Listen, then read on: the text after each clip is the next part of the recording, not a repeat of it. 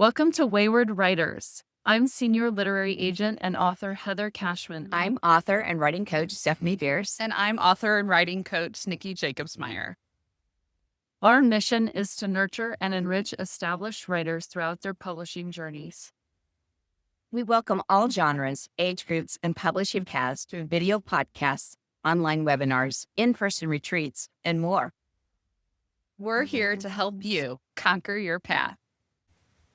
Welcome to this episode of Wayward Writers. We've got just us today with the co-hosts Stephanie Bearce and Nicki Jacobsmeyer and myself, Heather Cashman. We want to talk to you today about something that all three of us have experienced as writers, which is the struggle of writing when you are also a caregiver. And caregiving obviously takes many facets to it. Yes, there are many ways you can be a caregiver. And so we want to talk to you today about, number one, you're not alone. Stephanie and Nicki, what do you think we should talk about first? Let's talk about the different kinds of caregiving, because some of them are more joyful than others. Like parenting, while stressful, is a much more joyful kind of caregiving than if you are caregiving for someone who is ill or physically disabled. Is more difficult sometimes, but it's all caregiving, and it has different demands and different pulls on your time and lots of responsibilities, no matter what kind of caregiving you're doing. So, Nicki, what kinds of different caregiving and responsibilities do you see or have you done in the past? I'm still a mother of two. One is flown the coop, and the other is an upperclassman in driving in high school.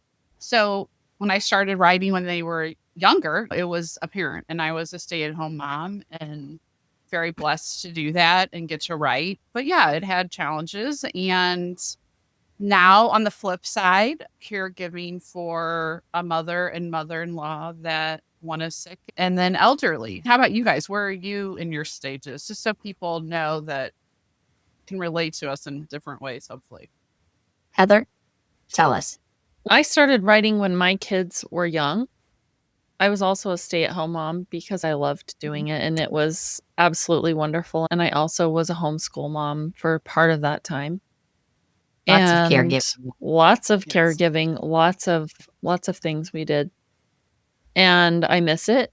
But then I started writing, and it was a balancing act, obviously. But when you're passionate and you love it and you're having fun, you find time for it. And then my kids all grew up, and I have also been a caregiver for people who have been on hospice. My husband's dad was on hospice for quite a while, for almost a year, and needed full-time care for a while, almost a year, and then was on hospice at the end of that. And so that was a big responsibility, especially toward the end when he had a lot of needs, and they were all through the night and all through the day. And we were up, like one of us had to be up 24/7. And so that was really difficult. And then I also had my cousin just last year was on hospice, and I was a huge part of the caregiving for that. You never know when it's going to happen. That's at least children you can plan for, right? Yeah, some of us do. Some of us get excited. Yeah. Surprised, right? That's true. I was definitely surprised with some of my kids, but once they're there, you know that they're going to be there. Sure. It's a given, and it's something you plan for. So I feel like there's always sick days and things and snow days and whatnot, but sometimes you can't plan for it. Stephanie, how's your life been going? Right now, it's pretty calm. Not too bad. But like you guys, I go through different phases, and I was a mom, but I was a full-time working mom and with two kids. And then I had a husband who had cancer. So I was a caregiver, hospice caregiver with two little kids. And then I was a single mom with two little kids. And now I have 4 kids because got married, but I give care to grandbabies. So that is a wonderful, delightful thing, but it's part of what I have to build into my schedule. And I also had to and grateful to be able to help with my in-laws and my parents and just caregiving for them and little ones like the rest of you. Some of it's coming, but you don't know exactly when or what's going to happen. And I think just being flexible and learning that it's okay to let things go and to deal with what you need to at the time is one of those critical things.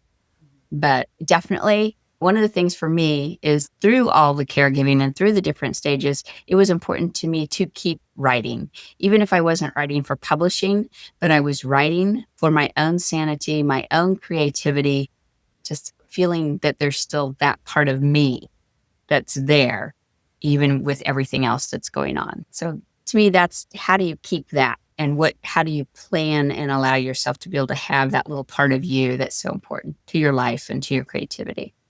Yeah, that's important. Okay, so let's talk about the balancing act. So, how do you two balance your creative life with daily responsibilities of caregiving or parenting? I'm a caregiver for 3 little girls, 3 days a week. I have my grandbabies 3 days a week, which is a joy and a pleasure and lots of work. Yes. So on those 3 days, because I basically, during the school year, I'm transportation for two of them. And then I have one little one with me. But on those days, it's like being a mom. I know that I can do something at nap time. I can take care of stuff in between things. But then what I have done is I have 2 days a week that are just devoted to my creative writing, to actually getting writing done. And those are blocked off, and I'm not babysitting.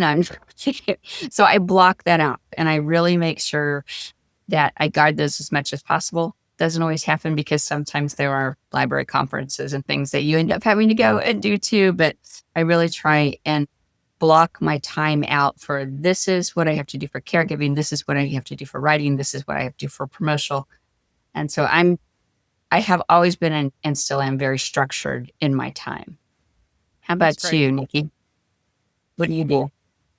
Oh man. Right now I am in the thick of caring for my sick mom Mhm. who is widowed and been in and out of the hospital over a dozen times this year. That has been a lot, but I will say it's been a blessing that this year I had 2 books come out and I carved out time to promote them and share them.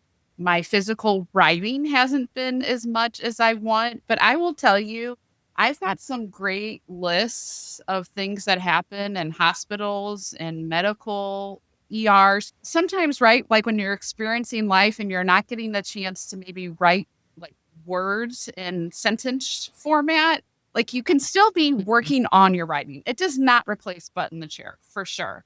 But like there's things that I've seen with my own eyes that I would have never believed in a book. Then I'm like, oh, that is good fodder. So that's of what I've been doing. But getting into a structure is something I'm definitely wanting to get in. I was in a structure where every day was something different. Not always. Sometimes it was caregiving or parenting stuff, but like Monday was usually my marketing day because Monday for me has always been a slug after the weekend being with my family. I don't know. Monday's kind of always. So I'm like, okay, what can I do that isn't, and I enjoy marketing. I enjoy writing too, obviously, but like marketing is a different part of my brain that can turn on quicker on a Monday morning. So I had certain days that I did certain things, certain days I researched. So I'm looking forward to getting back to this, but also there are seasons for things. This is what I'm being told too, because sometimes I get really hard on myself. There's seasons for things, and we need to remember that too and give ourselves some grace. And again, this is why a community is so great, because if you're like, hey, can you help me through this season? And the season becomes a year or two, you can have someone be like, hey, get back in there. You got this. So, Heather, what about you? How do you balance, especially when you were going through those times with your family members in hospice? I think that the What all of it did for me was it made me realize that there are times when I'm much better at writing than others. If it's past 3 or 4 in the afternoon, I struggle.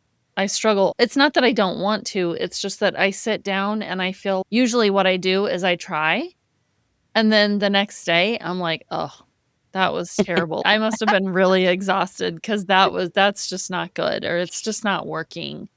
Whereas if I get up and it's, like, earlier in the morning, I'm still have that energy, and so I have yeah, a lot of our members have met her, but I have my dear friend Tamara Grantham who meets with me every morning for an hour, and she really is my accountability. She's my trigger now. Like, when I see Tamara, I'm like, "Oh, it's time to write."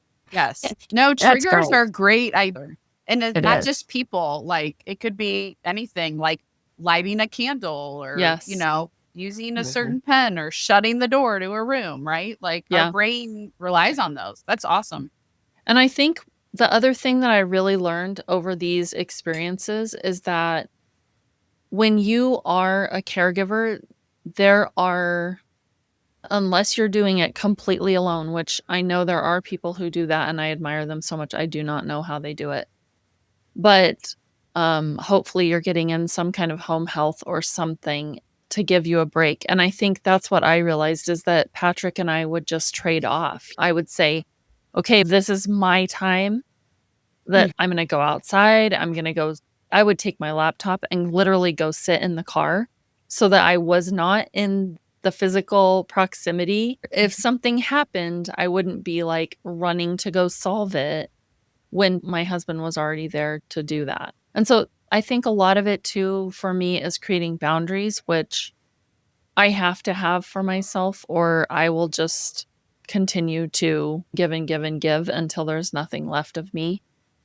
So, yeah, I think those are the things that I have discovered work for me is knowing myself, knowing when I'm successful, having people in my life who help me accomplish my goals, and then setting the boundaries that I need to really accomplish the things that I'm trying to accomplish. And also just give myself time for me because I love it. I love writing. It's like I had actually this app that a friend of mine said, "Oh, you should try this app because it monitors your stress." And so I was like, "Okay, this is gonna be enlightening." I want to know that.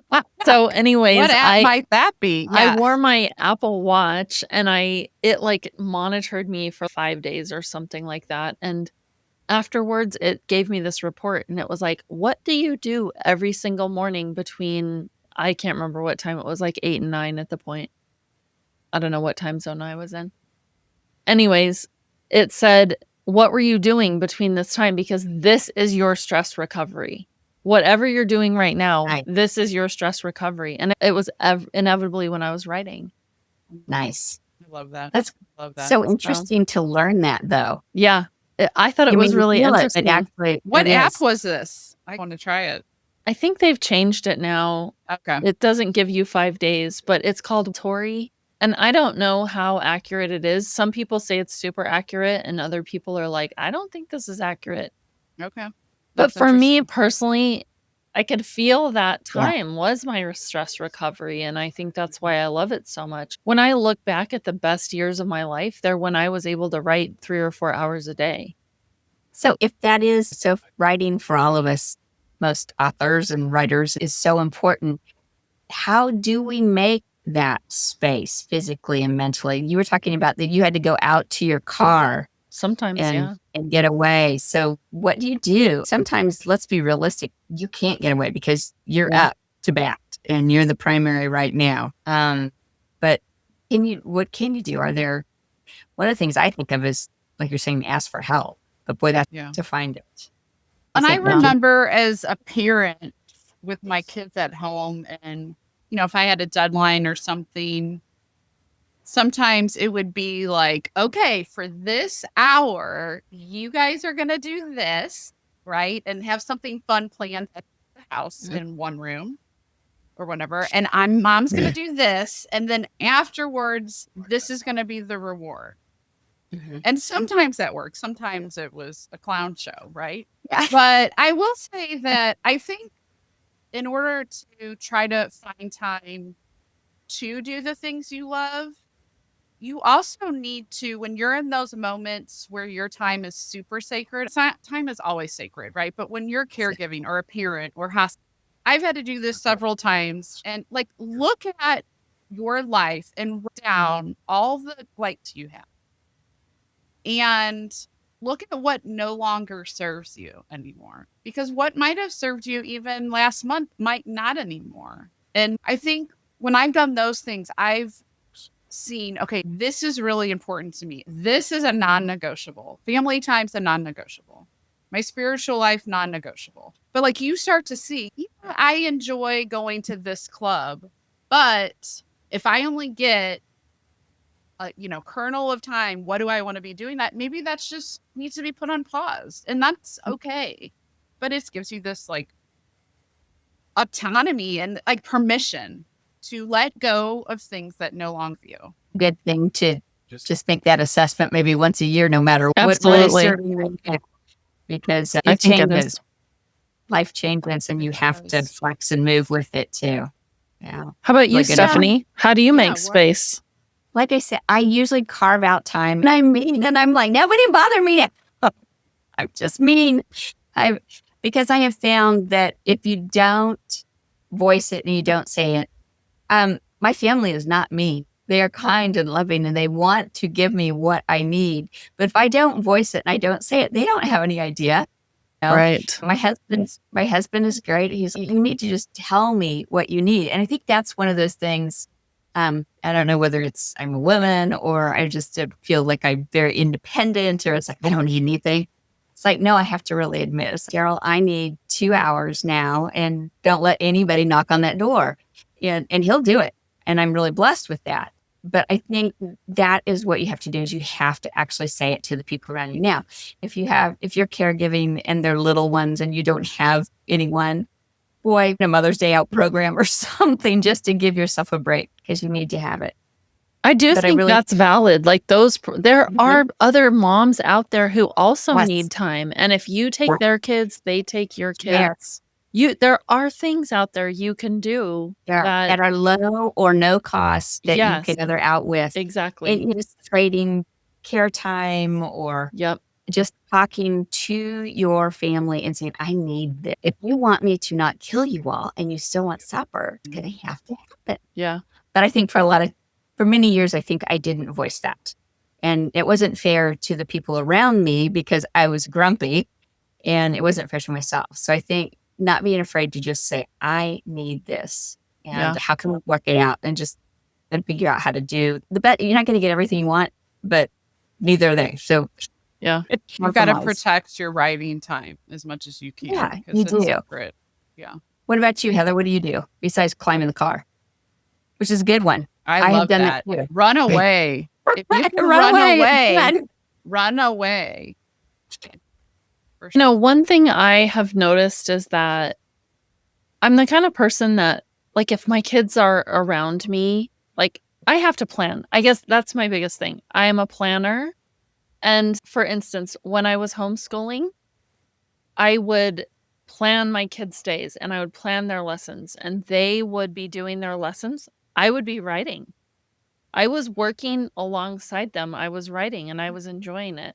And so it was, I think, as much as you're creative in your story, you have to be creative in real life and finding solutions. You have to, my kids, like, they really loved watching TV, and TV was something we didn't do most of the week. Like Monday through Thursday, we didn't watch TV.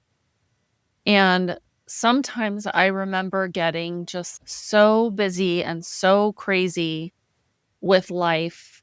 I had 3 kids in 4 years, so my kids were all very close in age. So like we were going through big stages at the same time with all my kids, and it was like, oh my gosh, there's so many activities, there's so many this, so many that. Yeah. And I remember, like, sometimes I would just say, you know what? Tonight we're going to make an exception because I need some time. I need Yeah. some time to write. And I would sit on the couch and I would write while my kids were watching a movie. And they were like, man, we're getting away with a lot. Because like for them, they were like, oh, we never watch TV on a Tuesday night. What is happening?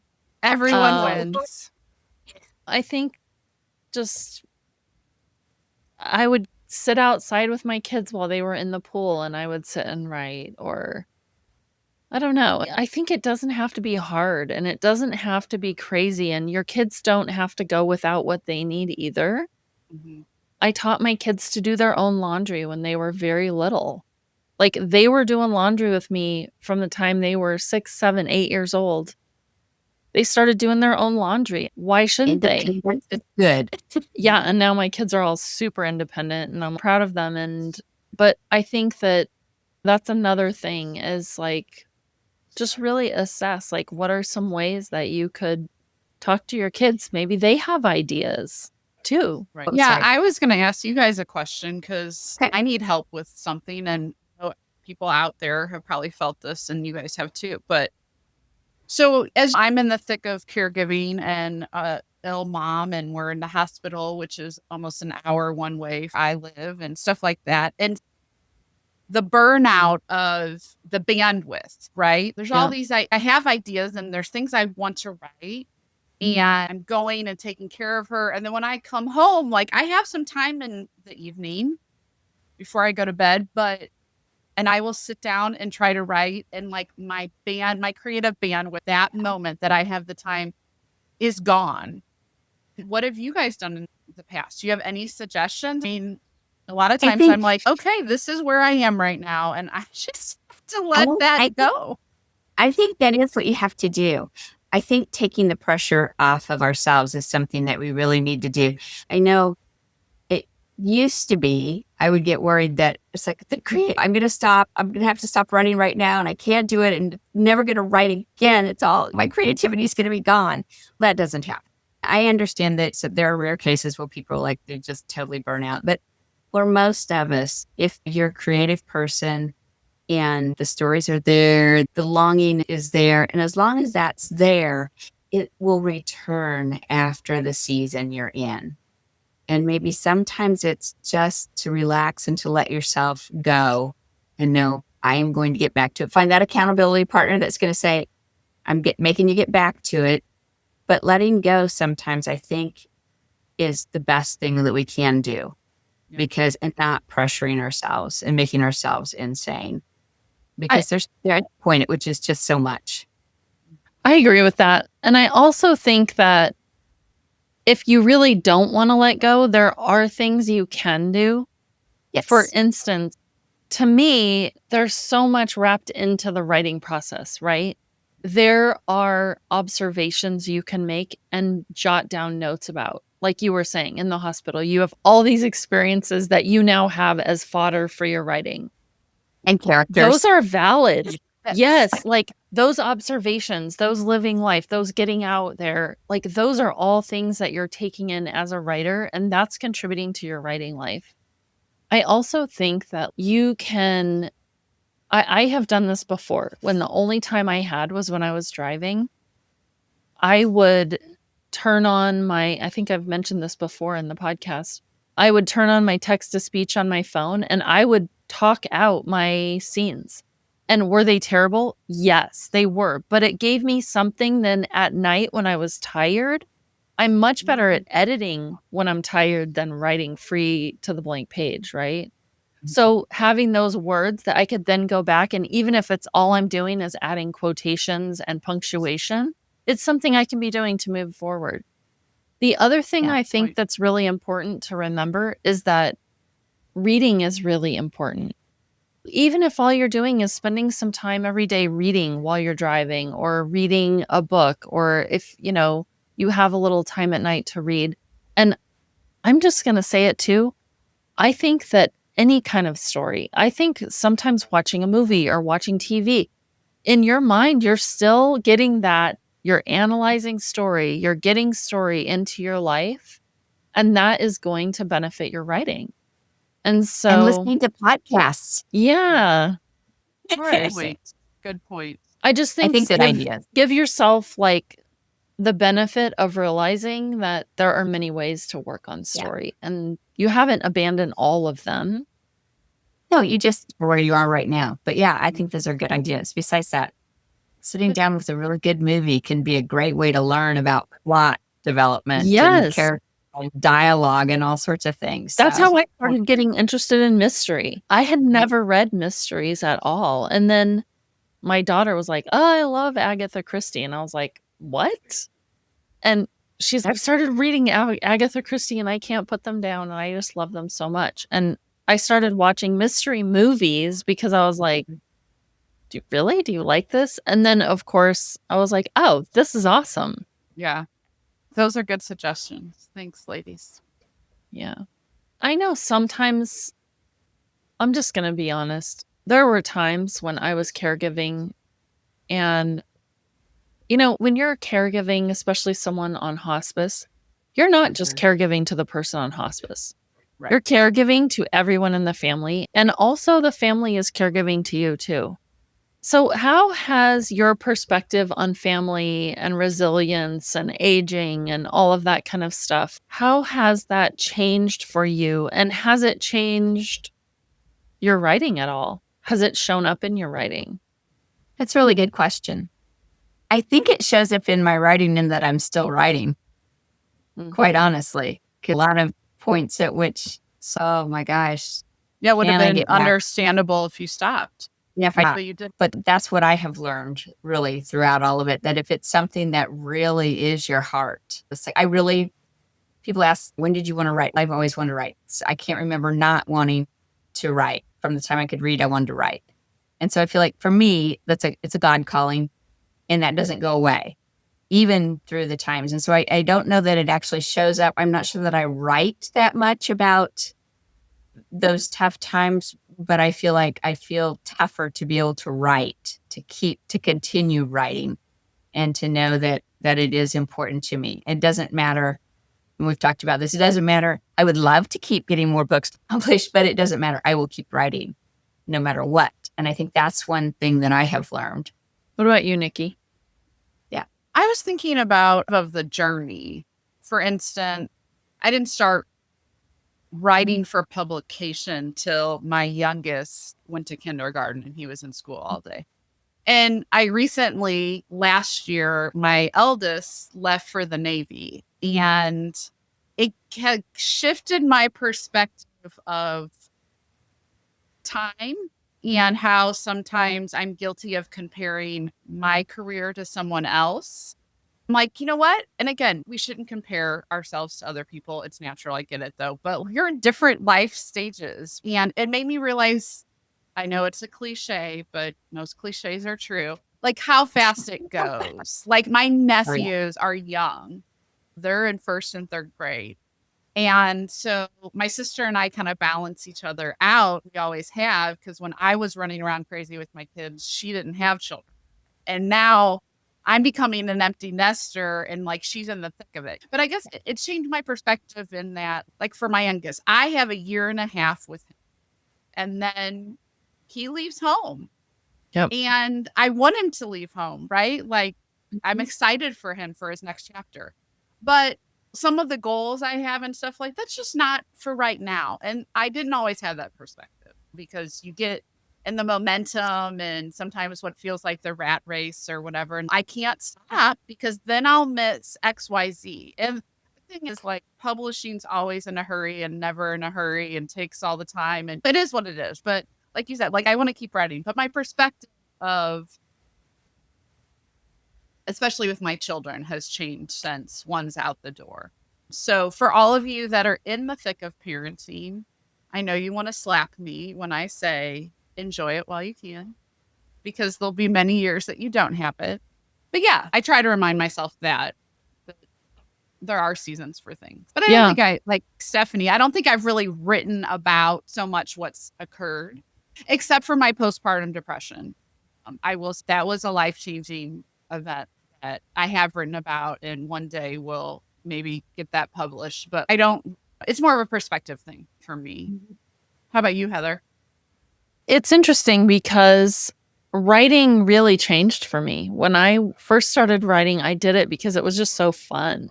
Like, it was my entertainment, and I was entertaining myself, and I just loved I it. love it. And Yeah. It's great. and it's funny because my kids still make fun of me to this day because I got into it so much that there was one day that, like, I literally didn't eat, and they brought me a bowl of cereal, and they were like, "Mom, you need to eat. Like, you need to stop writing and you need to eat." And that's how much I That's loved it. sweet. That's And sweet. when it was like, it was me writing all these books and stuff, and I was having fun. When I got a full-time job, I was being a caregiver. Had people on hospice. I was also trying to do other things. At that point, literally, writing felt like my lifeline. Mm.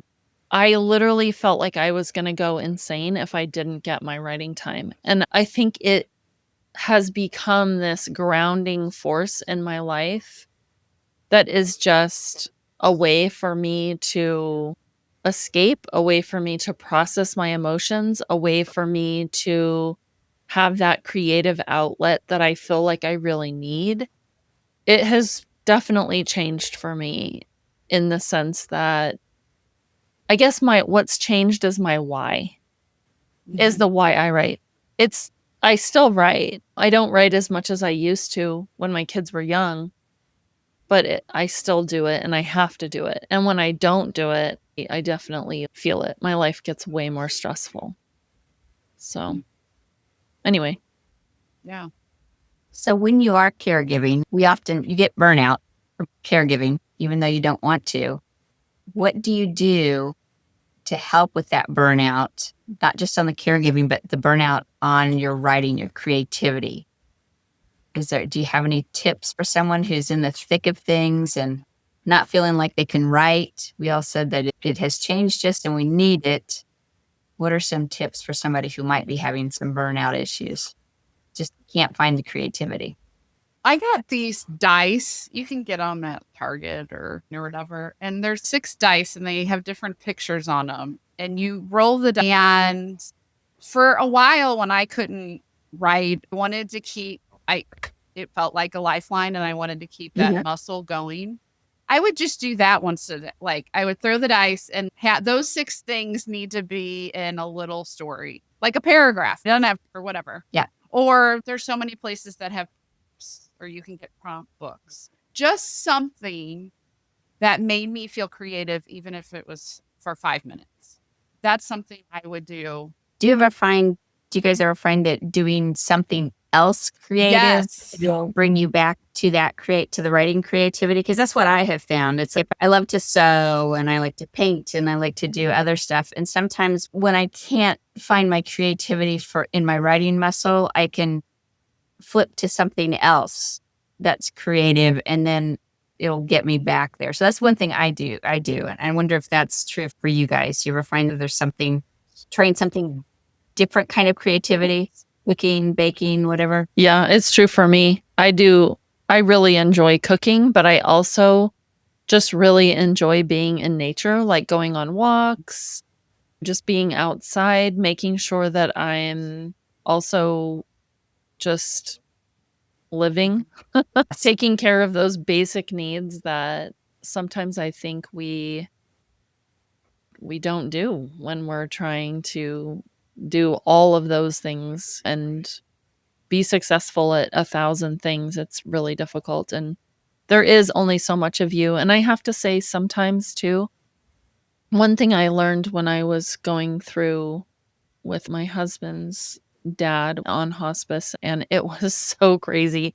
The two of us were just stretched so thin.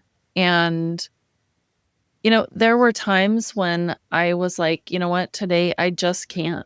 I just can't today. And maybe that means I have a bad day. And maybe that means I'm a little cranky or I just have to give myself some time. And I think that's fine. We made it through. And I think that's the thing, is that you make it through and then again, you can readjust, you can redo, you can make it better.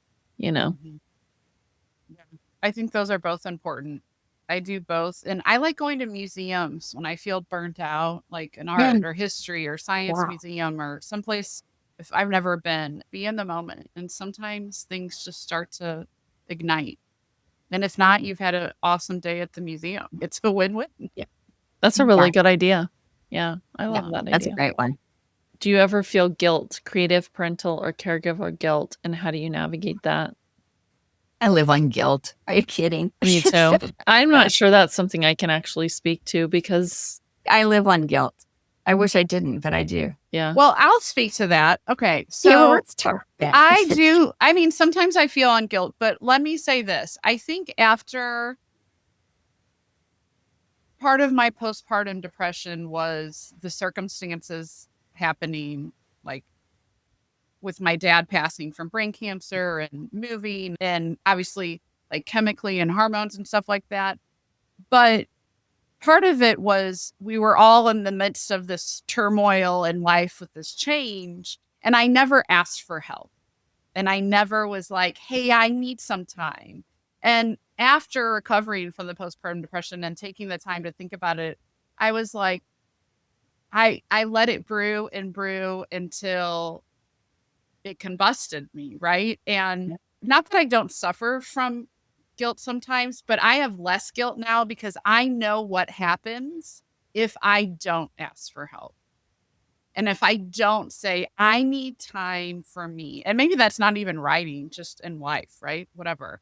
So I got better at being like, I need tomorrow night just for me. And yes, vacate the house if you just leave.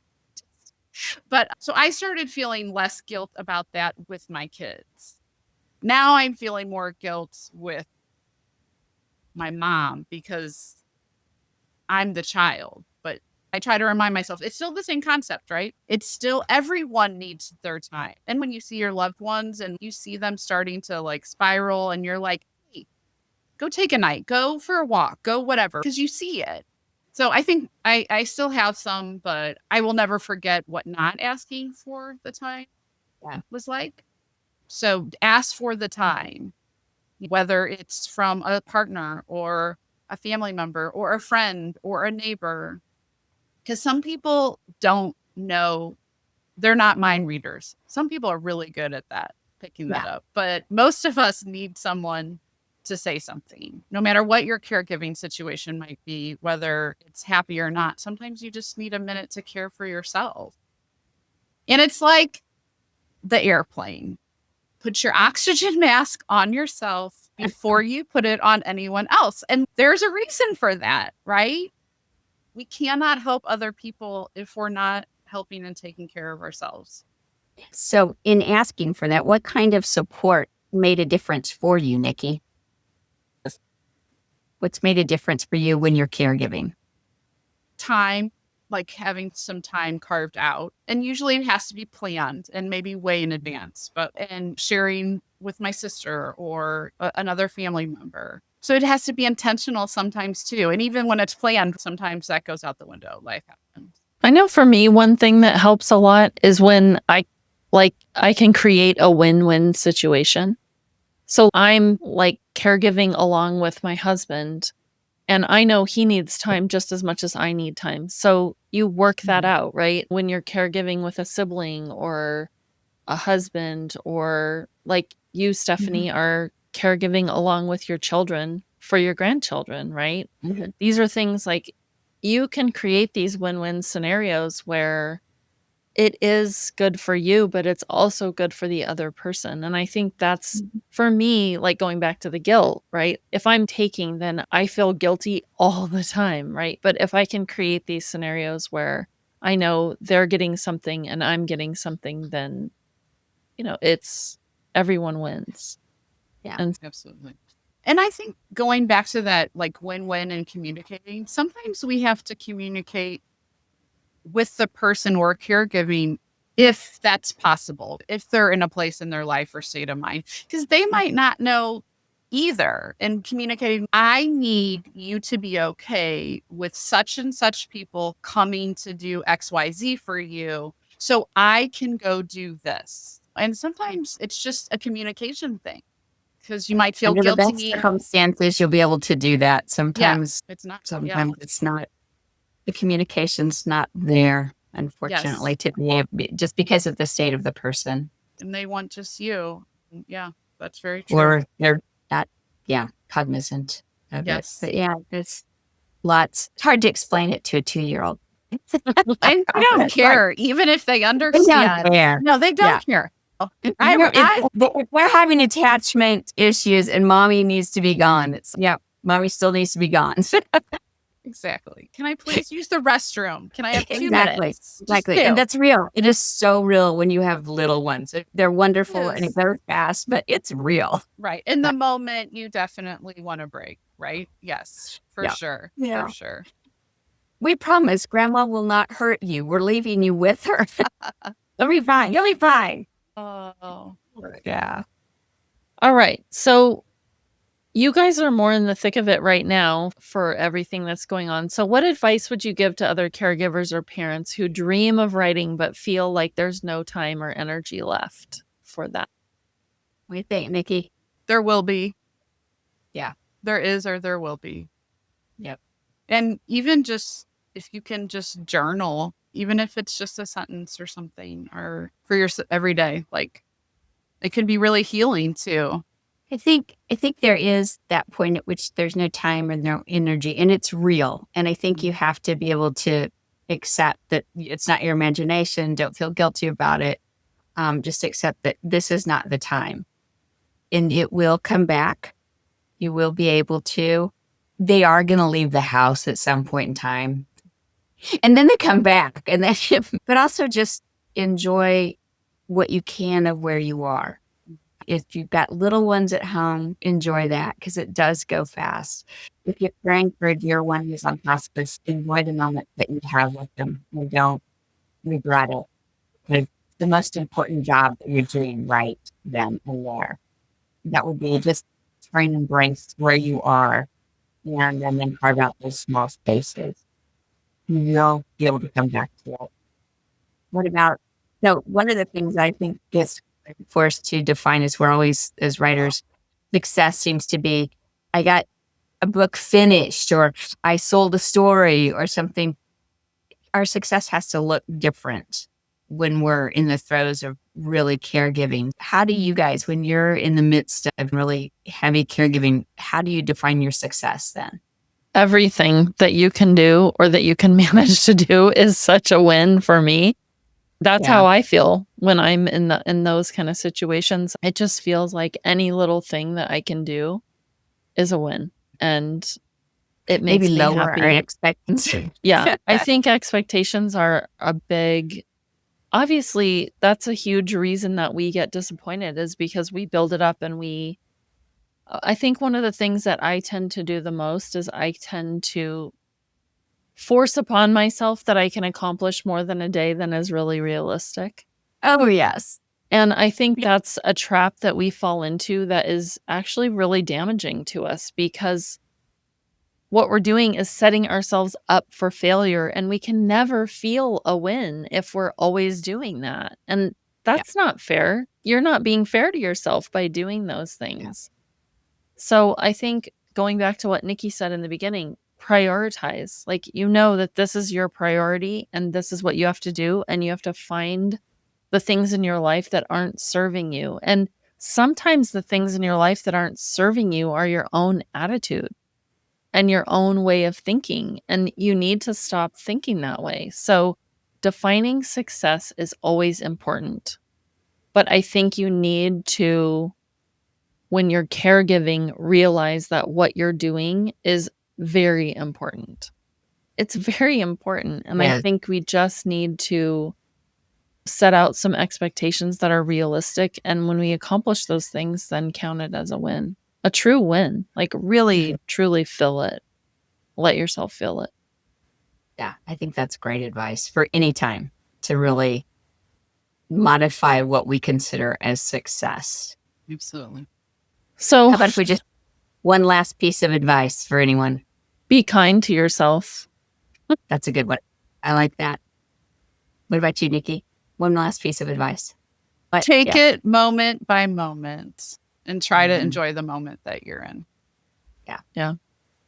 Steph? I think the best advice I would give to people is that this too shall pass. And that's not always a good thing, because some of the things that are going to pass, you want to hold on to really tight, but everything changes. And so, yeah, just embrace the moment you're in and know that it's an ever moving target, an ever moving goal. Yeah. Thank you. And come back and listen to Wayward Riders when you need a bump up. That's right. Absolutely. right. We're for you. Thank We you for are being here. with us today.